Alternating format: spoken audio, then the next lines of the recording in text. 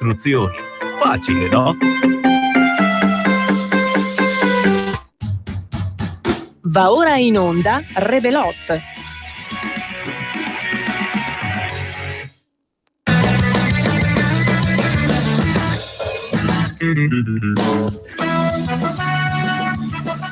Rebelot Banzai, 17 giugno, 16:39.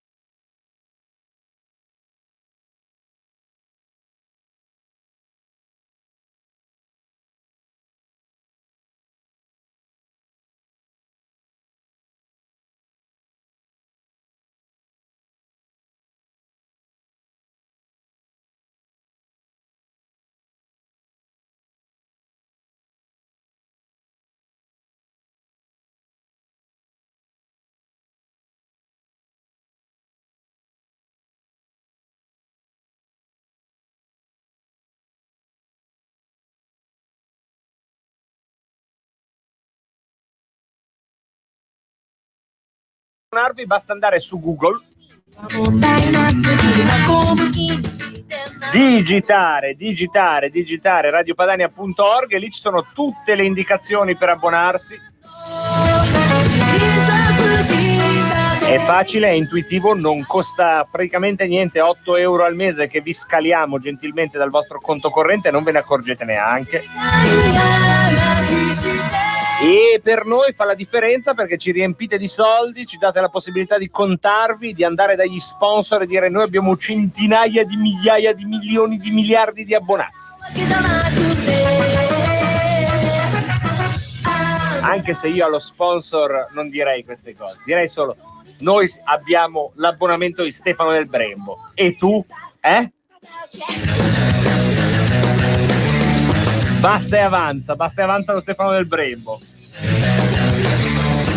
E ovviamente anche chi si riconosce nelle nostre scelte musicali è come se fosse abbonato. E anche chi spende gli anni migliori della sua vita fuori dal Mar Mediterraneo nella prospicenza, diciamo, dell'Atlantico.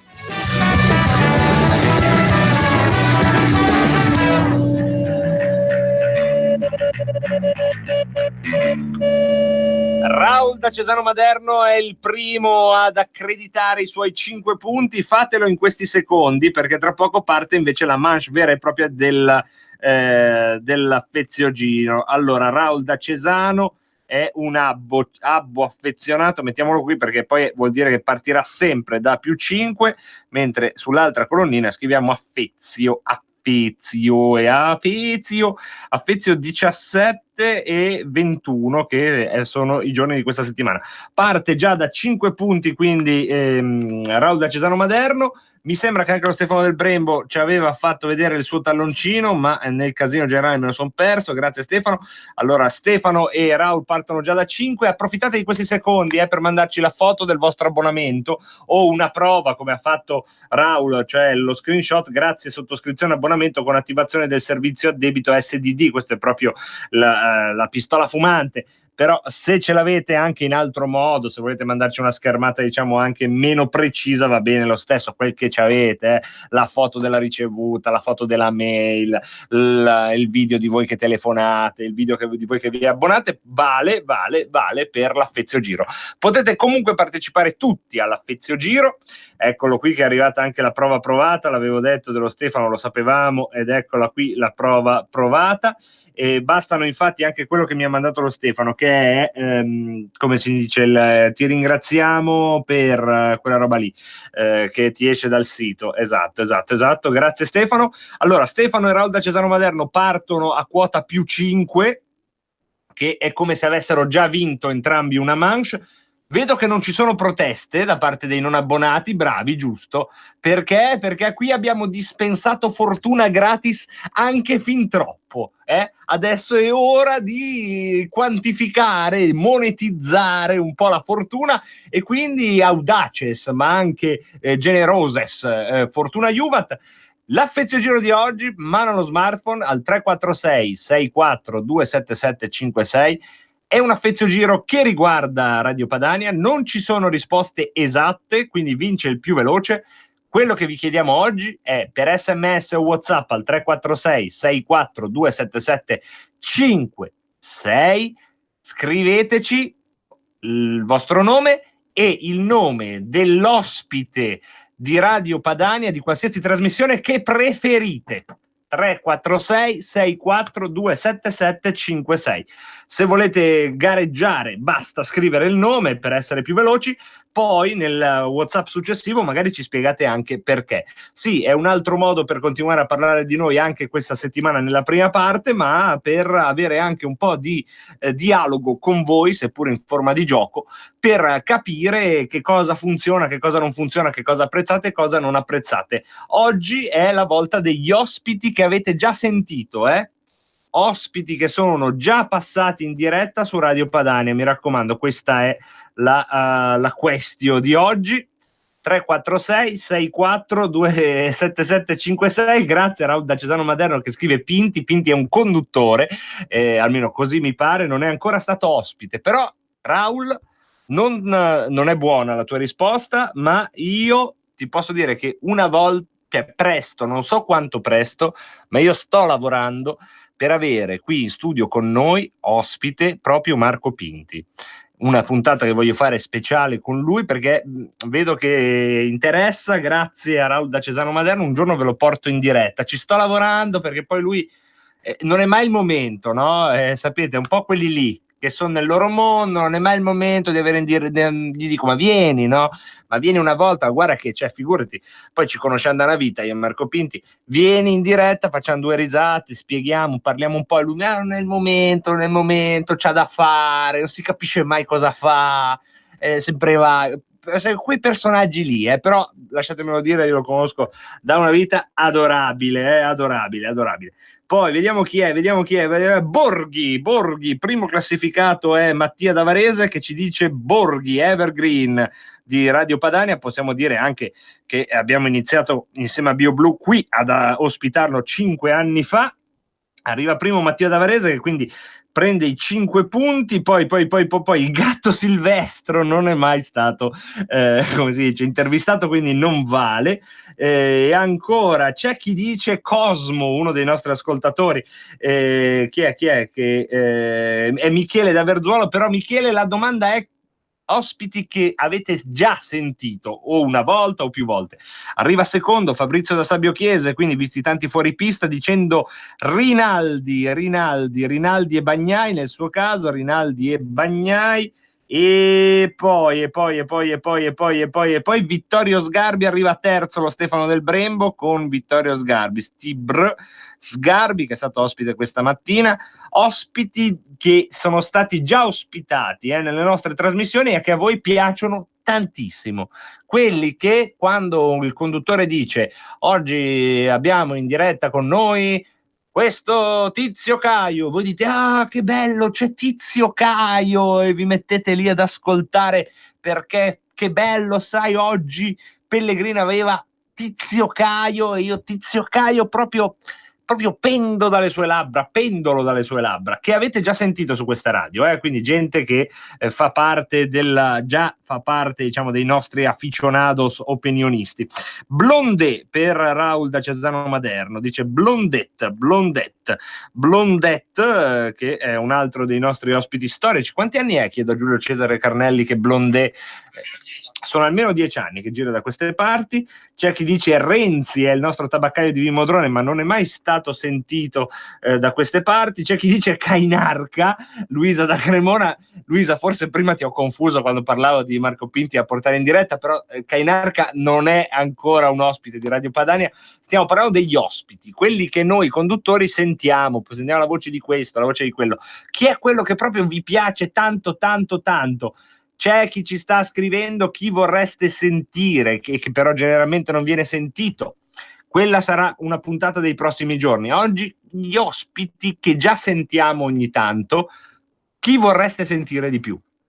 Me ne vengono in mente moltissimi che fanno parte del paniere, da più autorevoli, da Meluzzi, Bechis e tanti altri che vengono contattati molto spesso, Bagnai, Rinaldi, Borghi, Siri. Aiutami tu, Giulio, che frequenti il palinsesto anche in orari più il teologo di Semmi, Walter Binni, poi non so chi altro c'è di abbastanza ricorrente. Poi noi cerchiamo di farli ruotare, però abbiamo sentito anche Messora di BioBlu, Vittorio Messora, Fusaro, Diego Fusaro, appunto. Poi che altro c'è? Vediamo un po'. Gli inviati di guerra, Gianmichele Sin, Anna Bono, l'africanista, ancora tutti questi personaggi, Gaiani di Analisi e Difesa. Adesso sto andando a memoria, aiutatemi voi, quelli che vi piacciono di più. Valgono anche politici, chi ci scrive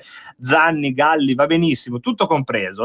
Allora, Prof Savona, che fu ascoltato da Pierluigi Pellegrin, quindi il punto va a Claudio da Milano, ciao Claudio, e dice Savona perché era stato particolarmente interessante. Chi altro vi è piaciuto?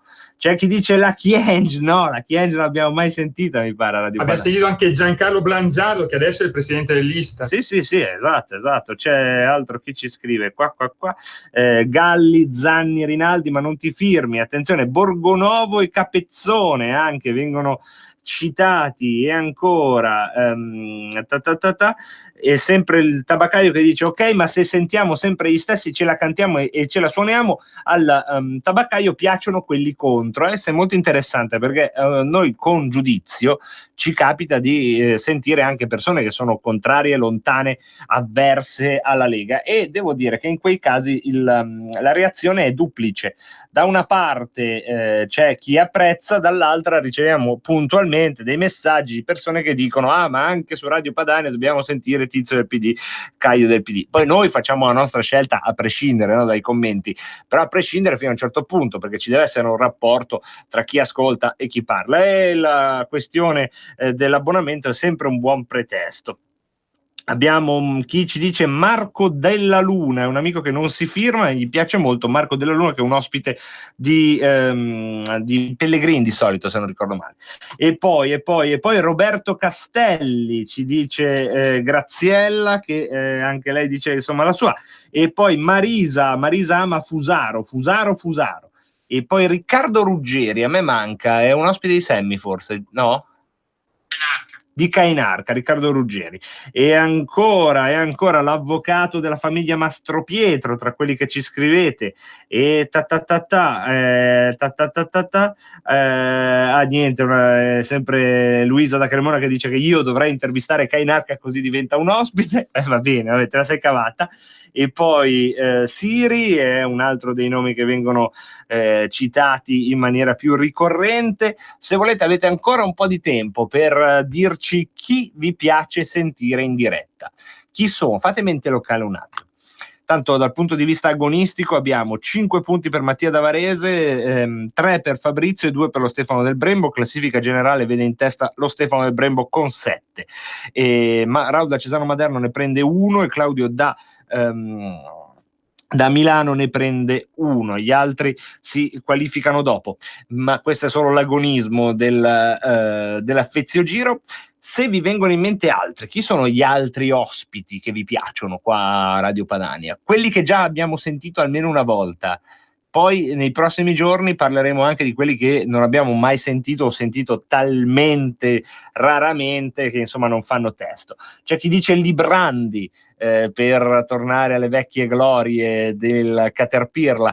0266 20 35 29, se volete potete dircelo anche a voce. C'è chi ricorda anche Molinari, deputato del Piemonte. Un'ascoltatrice veneta dice Marcato e Zaia. Marcato e Zaia, qui siamo sempre però ecco nel Pantheon Lega, e quindi mentre di quelli intorno chi altro? Marcello Foa, dice Fabio da Genova. Ecco, Marcello finché era un giornalista libero di gestire la sua agenda lo sentivamo, da quando è diventato presidente della Rai lo sentiamo molto meno. Gioco forza, e anche lui penso abbia un po' meno, diciamo, possibilità di parlare senza filtro né censura di quello che intende dire e pensare del mondo, come è normale che sia quando si prendono certi ruoli. Chi altro vi viene in mente? Feltri, ci scrivete, che è un borderline, nel senso che ogni tanto è stato sentito, ogni tanto no. Ci fate il nome anche del figlio di Sallusti, che ogni tanto viene contattato, e del figlio di Veneziani. Torna Massimo Lodi Rizzini e Giulietto Chiesa per la categoria eretici. 346 642 7756, ci potete scrivere, prendiamo un'altra telefonata e poi non c'entra più l'Affeziogiro. Abbiamo 5 minuti. Adesso io non farò tanti nomi perché non è elegante, però se volete scriveteci anche l'ospite che vi piace un po' meno o che proprio secondo voi è fuori luogo. Un po' meno o che proprio tipo io. C'è Pinti in diretta. Pinti, benvenuto. Benvenuto Pinti, eccoti. Parlavamo prima di te. Pinti? Pinti? Marco? Abbiamo qualche problema, ve l'ho detto, Pinti è un po' nel suo mondo. Marco? Scusate, che poi siccome lo conosco chiamo per nome. E niente, Carnelli, passiamo alla prossima telefonata. C'era Pinti in diretta, avete sentito, avete invocato, ma magari dopo, ve l'ho detto, ci sto lavorando. È un po' come addomesticare un gatto selvatico. Prima o poi ve lo porto in studio, Pinti, prometto, saranno già gli studi nuovi, figurarsi. Pronto? L'avvocato Sghembri. Avvocato Sghembri, salve, lei è l'avvocato di Pinti? No, non ancora. però almeno. tengo acceso il cellulare o rispondo, quindi sono forse un po' in ritardo. Non sei mai in ritardo quando è Radio Padania. Ci vuoi parlare della crisi del governo Crispi? No. Minghetti? Io telefonavo per prima. Niente. Ah, ok, prego, che cosa ci vuoi dire? No, niente, telefonavo dicevo che era Sghembri, uno delle persone che ci girano intorno. Ah, Sghembri, come ospite, certo, Sghembri. certo, Perché ti certo. piace Sghembri? Ma ci ha tenuto al corrente di fatti che poi dopo le trasmissioni successive più recenti ci hanno fatto presente già quello che ci aveva già detto lui. Insomma, uno di quelli profetici, diciamo. Sì. Della categoria dei profetici. Grazie al nostro amico che peraltro si è anche prestato a questo surreale scherzo. Se volete potete scriverci, ma io non li dico, tranquilli, resta tra noi, non gli ospiti che non vanno bene, che vi stanno sulle balle, perché poi lì è anche una questione di gusto. Quelli che però date un giudizio fatto bene, che vi sembrano un po' inadeguati. Ecco, se ci sono, diteceli. Se ci sono quello che magari voi sentite e dite no, ma questo qua non c'ha mai niente da dire, dai, che due balle, perché l'hanno chiamato ancora, questo qui non c'ha mai niente da dire. Io non lo dico in diretta, perché per gentilezza, figurarsi, anzi tutti i nostri ospiti sono carinissimi, perché a differenza di altre testate più danarose di noi, che pensate hanno gli ospiti contrattualizzati, cioè che hanno l'obbligo di rispondere al telefono, proprio perché hanno un piccolo contratto con l'emittente che ha un fisso e ha una provvigione e un'esclusiva in alcuni casi. Ecco, noi questo ovviamente non ce l'abbiamo e siamo anche ben contenti di non averlo, ma tutti i nostri ospiti, anche solo per darci il loro tempo, sono molto molto gentili e carini. dal punto di vista però della resa radiofonica, potete anche buttarla lì e dirci se vi convincono o no. Mario Monzabrianza dice: tu spaventi gli ospiti. È vero, un po' spaventato Pinti, infatti hai visto che se n'è andato. Abbiamo Cosmo è stato anche evocato da uno degli ascoltatori, quindi vedete che oggi tra Pinti e Cosmo arrivano tutti in diretta. Ciao Cosmo. Ciao, ma chi è che mi ha menzionato prima? Non un so ascoltatore, ironico, ma ringrazio comunque. Come si chiama? Michele ti aveva menzionato. Michele. Comunque io te l'avevo detto l'ultima volta che ti ho chiamato pochi giorni fa, ti ho detto che sono stato ospite per un'ora e mezza. Sì, e tu hai detto anche di fare degli spazi autogestiti da questo punto di vista, no? Beh, comunque prendi nota con riferimento all'abbonaggio che ho detto non aderirò, però contribuisco in altri modi e voglio specificare, se prendi nota queste cifre, sì. Allora per un file di 60 minuti che qualcuno della radio mette a disposizione su richiesta degli ascoltatori, tra cui me, sono disposto a pagare 28,80 €. Queste sono se fosse di 12 minuti sono disposto a pagare 20,16 €. Di 300 minuti, se fosse un file su richiesta di 300 minuti, sono disposto a pagare 72 €. E questo può essere accolto di interesse anche di altri e potrebbe essere un modo per finanziarci, ma in qualche modo contribuire ai fondi, un servizio interessante della radio. Io stesso, grazie Cosmo, dobbiamo chiudere, sono le 17. Sono andato.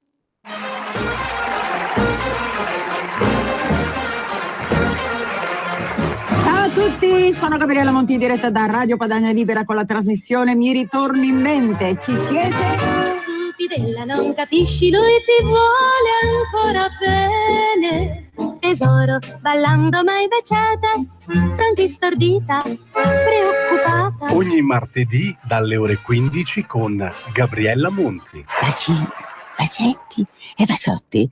Un grosso abbraccio a tutti quanti da Nadine e Marcus Dardi. In esclusiva su RPL vi presentiamo Mangio, bevo e canto all'italiana, dove vi raccontiamo la storia della canzone italiana dai Longobardi al 2000, insieme alla storia di alcuni piatti tipici italiani e di alcuni vini. Tutte le domeniche dalle ore 13:30. Buon ascolto su RPL.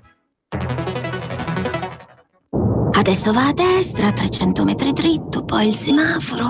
Certo che fai sempre la stessa strada tu, ma non hai voglia di cambiare. Chi ha parlato? Sono io, la Digital Radio, quella che ha cambiato il modo di ascoltare la radio con il sistema DAB+.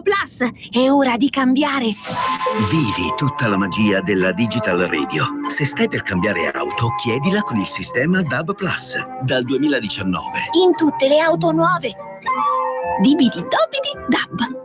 Anche Radio Padania è in Digital Radio. Per la tua pubblicità su Radio Padania Libera, scrivi a spot@radiopadania.net. Radio Padania presenta Coming Soon Radio, quotidiano di informazione cinematografica.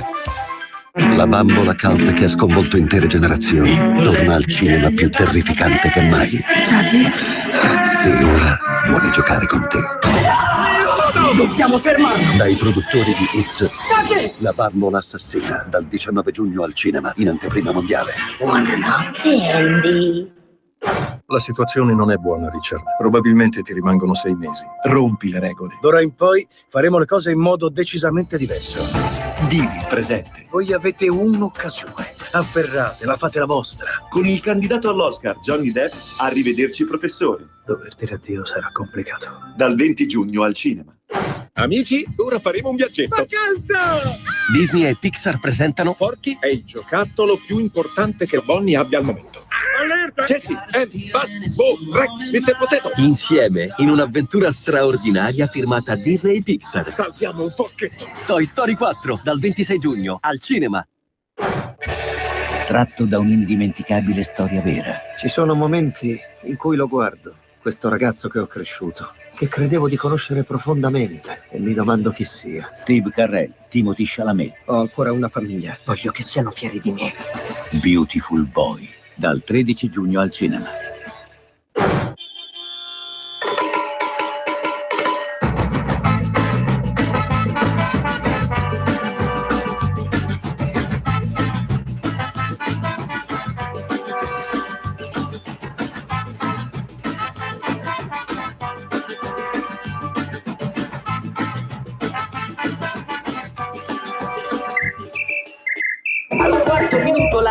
è passata in vantaggio grazie al gol di Nils Lido, ma il Brasile non demorde e con la sua giovanissima stella Edson Arantes do Nascimento riparte. È proprio lui. Calcio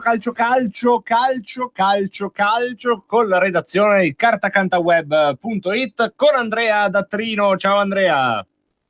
Ciao, buon pomeriggio a tutti. Allora, Carta Canta Web è una testata che è specializzata nelle squadre milanesi, ma oggi dobbiamo per forza andare a Roma dopo quello che è successo con Francesco Totti, che insomma ha aperto il vaso di Pandora e se n'è andato dalla società che è stata per lungo tempo la sua casa, di cui è stato più del principe Giannini, il vero re di Roma, e se ne va da questa squadra.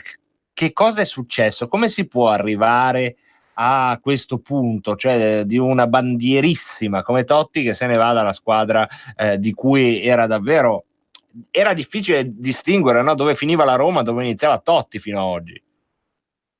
Sì, anche perché il rapporto tra Totti e la Roma è un rapporto che per chi non lo vive dentro è difficile da capire, da percepire. Sicuramente il rischio di quando un grandissimo calciatore, una bandiera, finisce di giocare a calcio, è quello che poi, una volta che si inserisce dentro la dirigenza, gli bisogna dare qualcosa di chiaro e definito. Buttato lì a caso, secondo me, serve solo per un po' di pubblicità all'inizio, però poi il giocatore stesso si rende anche un po' inutile. Quindi è quello che secondo me è successo a Roma, con Totti che è finito in dirigenza, però come lui stesso ha ammesso nella conferenza di oggi non è mai stato interpellato in nessuna decisione che poi la dirigenza sceglieva o voleva iniziare ad investire per anche solo la scelta dell'allenatore, del nuovo allenatore, anche perché la Roma lo ha scelto poco tempo fa. E Totti insomma ha appena detto che nemmeno per l'allenatore gli è stato dato un parere o un consiglio. Ecco, questo è un trattamento secondo te anomalo o normale? Perché in molti casi la bandiera viene inserita nella società, ma poi insomma diventa un po' una statua del presepe, nessuno si aspetterebbe grandi, ad esempio il ruolo di Zanetti nell'Inter, senza voler essere offensivi su niente, però è molto più, diciamo, rappresentativo e meno funzionale di quanto lo sia, per dire, il ruolo di Nedved alla Juve, ecco, che invece è diventato un manager di peso, insomma. Come, cioè, devi rigiocarti la partita da zero in realtà. Sì, in realtà sì, anche per quello che tu hai dimostrato sul campo, poi lo devi anche sapere dimostrare in campo dirigenziale, anche perché il Totti giocatore è stato eccellente, ma il Totti dirigente potrebbe anche non esserlo, quindi non è poi così scontato. Hai fatto bene a fare due esempi, però ad esempio c'è anche Del Piero, che comunque ha finito la sua carriera alla Juventus e non è stato poi minimamente interpellato, preso in considerazione in nessun ruolo. Quindi secondo me una società, quando decide di tenersi stretto una bandiera, una leggenda, una figura che rappresenta un po' l'anima del club, deve comunque dargli un qualcosa in mano, perché, ripeto, buttatoli così non serve assolutamente a niente. Ed è un po' quello che ha percepito Totti in questi 2 anni. Nedved è un dirigente che sta molto vicino alla società e forse ha un potere e ha forse anche la parola per poter dire qualcosa. Quindi ci sono voluti degli anni comunque per Nedved, perché all'inizio anche Nedved faceva il soprammobile, cioè. Sì, esatto, hai fatto anche l'esempio di Zanetti. Alla fine la figura di Zanetti è una figura anche abbastanza blanda tuttora, anche perché da prima pagina ci sono altri dirigenti che forse, anzi sicuramente, hanno più esperienza rispetto a lui. Ecco, secondo me il giocatore che diventa dirigente deve anche capire che è difficile che gli si dia in mano poi tutto subito solamente perché ha dietro le spalle un cognome che i tifosi amano. Certo. Esatto, e secondo me un po' di gavetta la si dovrebbe fare. Forse qui bisognerebbe poi entrare in dettagli e capire Totti perché ha preso questa decisione. Mi viene in mente anche Maldini, che comunque ha iniziato questa carriera di dirigenza al Milan, è praticamente in un mare di tempesta Maldini, però è anche vero che in questo momento gli si sta affiancando un altro direttore sportivo, anche per permettere a lui stesso di poter crescere. Ecco, sei andato a zona Milan, Maldini è affiancato da Boban, no? È questo il team? Sì, esatto, affiancato da Boban, che comunque lui, forse a livello dirigenziale non vorrei dire cavolate, però ha avuto pochissima esperienza, però ha l'esperienza che arriva da un'entità come l'UEFA, che è Certo. un'associazione molto importante che conta a livello del calcio, quindi sicuramente è già stato in determinati contesti e può sicuramente far bene al Milan e aiutare, ripeto, Maldini ad essere poi un buon dirigente. Di Boban si dice anche, non so se la cosa è arrivata anche al tuo orecchio, che sia una persona estremamente colta, di un livello che non ti aspetti, ecco, diciamo, nella media dei calciatori, ai quali peraltro non è richiesto essere colti. Sì, dà questa impressione. Io non sono vicinissimo all'ambiente Milan, però secondo me, da quello che ho potuto percepire, anche perché rilascia spesso interviste in giro per il mondo, visto anche la figura che rappresentava, mi sembra che possa essere una figura importante per il Milan. Lo reputo una persona seria, con alle spalle una importantissima carriera, quindi sicuramente potrà fare bene. Senti, altro caso del giorno, lo liquidiamo in una sola domanda e battuta, poi ci torneremo magari domani. Sarri alla Juventus, ovviamente internet sta impazzendo con le dichiarazioni di solo 2 anni fa di Sarri, che diceva: io alla Juventus vedrò se ci sono gli estremi per querelare il giornalista che l'ha scritto. Ovviamente lo diceva ridendo, Sarri un toscanaccio, però insomma sono battute che oggi si sentono in tutta la loro incoerenza. Sì, assolutamente, però non è la prima volta che si sentono queste parole dette da un personaggio per poi completamente ribaltare la sua opinione. Basti pensare, anche se non è un esempio identico, a Conte all'Inter, Conte che comunque non ha mai parlato male né dell'Inter, o comunque ha sempre aperto le porte per altre esperienze al di fuori della maglia bianconera, però comunque, essendo anche un personaggio con un passato totalmente in bianconero, vederlo su una panchina come quella dell'Inter, acerrimo rivale della Juve, fa effetto. Fa effetto anche Sarri, però insomma siamo talmente tanto abituati in questo calcio che è sempre meno romantico, e quindi ce ne faremo una ragione. Secondo me, apro e chiudo parentesi, su Sarri e la Juve non è stata forse la prima scelta per il club bianconero, però alla fine Sarri è un buonissimo allenatore e da interista del rivale comunque gli auguro di fare bene. Allora Andrea, io ti ringrazio per la chiacchierata di oggi. Se volete potete approfondire tutto questo, soprattutto un bellissimo focus nero-azzurro su Carta Canta Web, scritto proprio da te Andrea, che sei l'interologo della redazione, cartacantaweb.it. Grazie mille ad Andrea Datrino. Grazie a voi. E allora noi salutiamo Andrea Datrino. Prima però di dare spazio allo spazio Parlamento, diamo un'occhiata all'attualità. Lo facciamo perché la puntata di oggi di Rebelotto va in onda in forma ridotta, dal momento che il sottoscritto dovrà correre a registrare un altro evento che vi faremo sentire nelle prossime puntate, una presentazione di un libro di cui non vi dico di più, ma molto interessante. Non c'entra forse la politica, ma forse c'entra derelato quello che è il paese in cui viviamo, le sue tendenze più profonde, che poi la politica non fa altro che accentuare, a volte esasperare. Quindi la puntata di oggi va un po' così. Adesso diamo un'occhiata a quello che accade intorno a noi, in modo tale che siamo ben centrati. Dopodiché sentiremo uno spazio Parlamento che è stato selezionato peraltro dalla nostra parte tecnica, molto interessante. Si parla di quello che è successo in Siria e in Iraq con la comunità yazida, e la Lega se ne è fatta carico in una dichiarazione parlamentare che vi faremo sentire, molto interessante.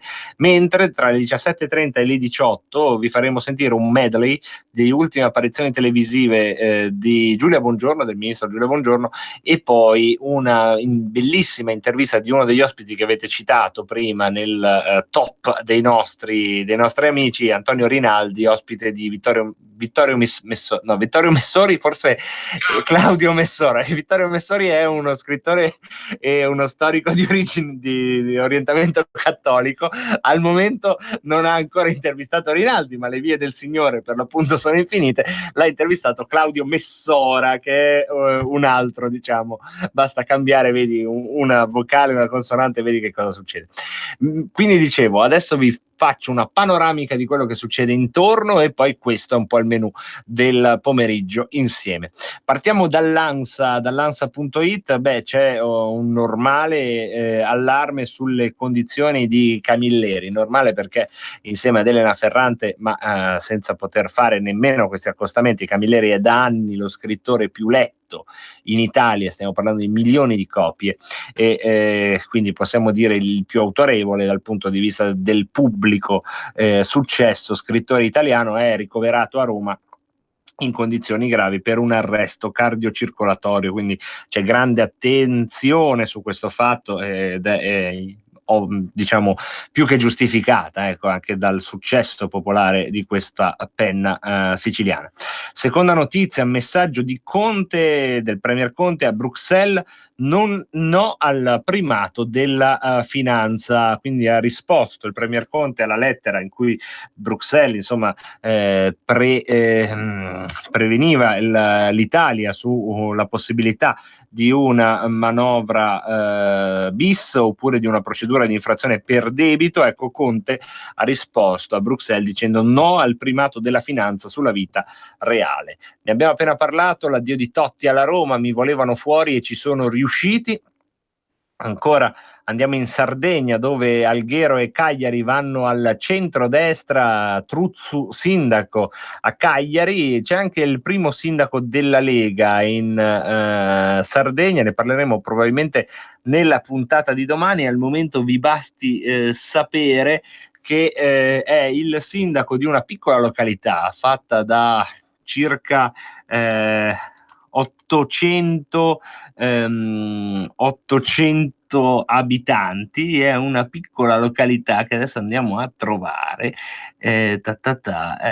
Primo sindaco Lega, adesso scusate perché non essendo sardo è ovviamente un piccolo centro, però ha una sua importanza da oggi, proprio perché vi è il primo sindaco della Lega in Sardegna. Eccolo qua, andiamo a vedere subito qual è. Allora, Tittino Cau è il sindaco, e a Illorai, non volevo sbagliare la dicitura del termine, il comune è Illorai, domani ne parleremo, ma dal punto di vista più generale politico abbiamo una grande affermazione della Lega a Cagliari, una vittoria importante, quella del centrodestra a Cagliari, anche perché a Cagliari, ricordiamo, c'era il sindaco Zedda, che è stato il candidato e campione del centro-sinistra alle ultime regionali contro Solinas, poi perse.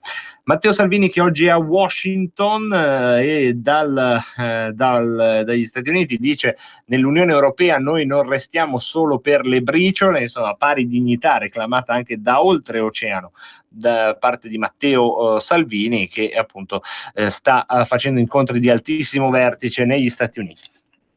Andiamo al Corriere.it, nuovo salva banche, bonus fiscale da $500 milioni per le fusioni al sud, stretta su tassa di soggiorno e affitti brevi. Questi sarebbero gli emendamenti, anzi sono gli emendamenti presentati al DL Crescita e tutta una serie di altre piccole grandi misure che ci racconteranno i prossimi giorni, quando poi il decreto andrà in Parlamento.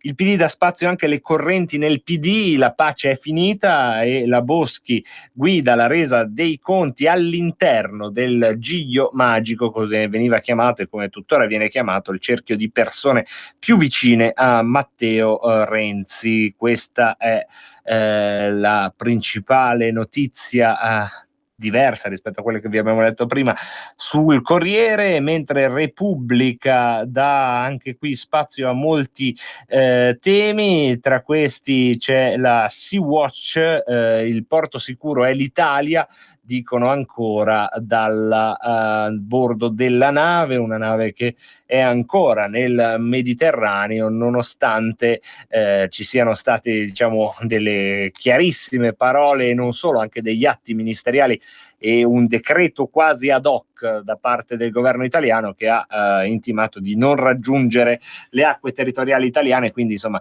ci si aspetterebbe che tentassero di recarsi in altre località, ma Malta, Tunisia, così non avviene, Repubblica ne dà conto. Chiudiamo questo giro con i contratti a termine. Nel DDL la Lega cerca di allargare le maglie, ma Di Maio dice non si tocca, oppure possono andare da Renzi. Questa è la sua dichiarazione di oggi, che insomma sembra tornare un po' su quelle frizioni, su quel modo un po' corrosivo di commentare la politica leghista, che non ha fruttato però grande fortuna a Di Maio nella campagna elettorale appena trascorsa. Sempre sul fattoquotidiano.it, la Corte dei Conti chiude le indagini su Casa Pound, il danno erariale per l'occupazione a Roma è di 4,6 milioni di euro e la Corte dei Conti indica nel MIUR e nel demanio come coloro che devono risarcire il danno economico. Insomma, un ennesimo cortocircuito che riguarda Casa Pound e il suo immobile occupato a Roma. Queste sono le principali notizie dei quotidiani online. Come detto, ora vi facciamo sentire lo Spazio Parlamento, poi ci sarà un brano musicale, poi ancora quel medley di esponenti leghisti di cui vi abbiamo già dato anticipazione. Per oggi io vi saluto, grazie a Giulio Cesare Carnelli per il prezioso aiuto, ci sentiamo in diretta domani, ma non andate via perché è molto molto interessante quello che state per sentire. Qui Parlamento. Sì, grazie, mi aggiungo anch'io ovviamente all'onore di avere qua il premio Nobel Nadia Murad per la sua testimonianza e per il coraggio appunto che ha dimostrato e sta dimostrando in questa importante battaglia di verità e giustizia nei confronti soprattutto del suo popolo, ma in generale di chi insomma subisce dei crimini del genere. E ovviamente la nostra massima solidarietà e vicinanza, e noi ovviamente proprio poco tempo fa abbiamo approvato una mozione per il riconoscimento del genocidio degli armeni e altrettanto, come giustamente è stato detto, la risoluzione per impegnarsi ad aiutarvi a fare giustizia per il genocidio appunto del popolo yazita. Quindi diciamo il governo e in generale comunque il Parlamento italiano, l'Italia ci tiene a impegnarsi in questo senso per riconoscere ed aiutare i popoli che subiscono queste gravi ingiustizie. E già tante domande sono state fatte, insomma, che ovviamente condivido e ringrazio ovviamente per quello che è stato detto. E volevo chiedere in generale, siccome giustamente è stato detto che alcuni paesi hanno comunque dimostrato vicinanza e aiuto nei vostri confronti, in particolar modo se parlava di Germania, Francia e Canada, che hanno dato comunque aiuto e rifugio, e volevo capire l'atteggiamento che c'è stato e che c'è da parte dei paesi arabi, invece al di là chiaramente degli che è quello direttamente coinvolto, ma che capisco evidentemente che è chiaro che non da quello che è emerso non sta dando le sufficienti risposte ed aiuti nei vostri confronti, e probabilmente credo anche nei confronti di altre minoranze come quella cristiana.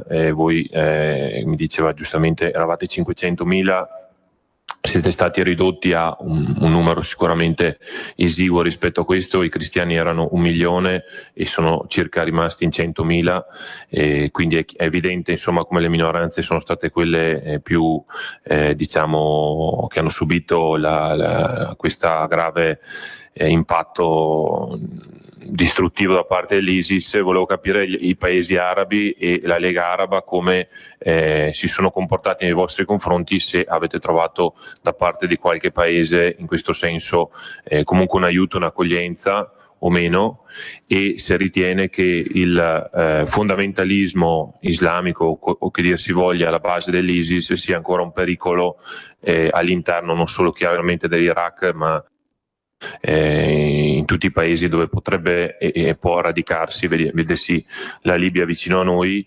e se appunto nonostante appunto la sconfitta sul campo comunque questo possa essere ancora un pericolo. Grazie.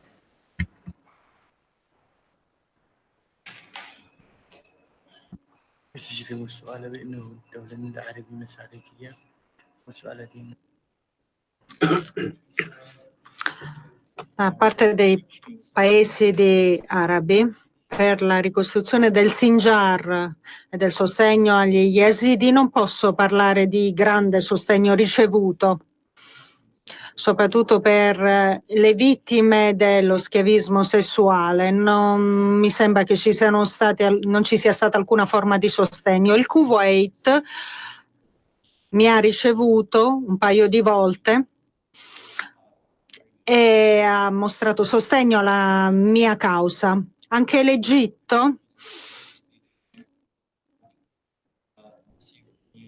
mi hanno ricevuto, ho avuto l'occasione di parlare della situazione degli yazidi e dell'ideologia radicale, dei pericoli, ma è molto pericoloso parlare di queste cose in Egitto. Ma per quanto riguarda la ricostruzione o di sostegno diretto per gli yazidi dopo il genocidio, non posso dire che nessun governo, nessun paese della regione abbia offerto un'assistenza, un sostegno reale.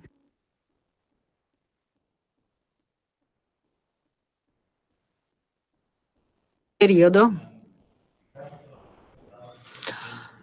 Una ideologia radicale è sempre pericolosa, anche se non è praticata da un gruppo ampio, ma anche solo da una persona, perché una sola persona in Italia come altrove può fare grossi danni, può ferire molte persone, e quindi la sconfitta militare dell'ISIS non equivale alla sconfitta ideologica. La loro ideologia resta pericolosa e può avere un'influenza sulla popolazione, ma può anche continuare a diffondere il terrore. Qui Parlamento.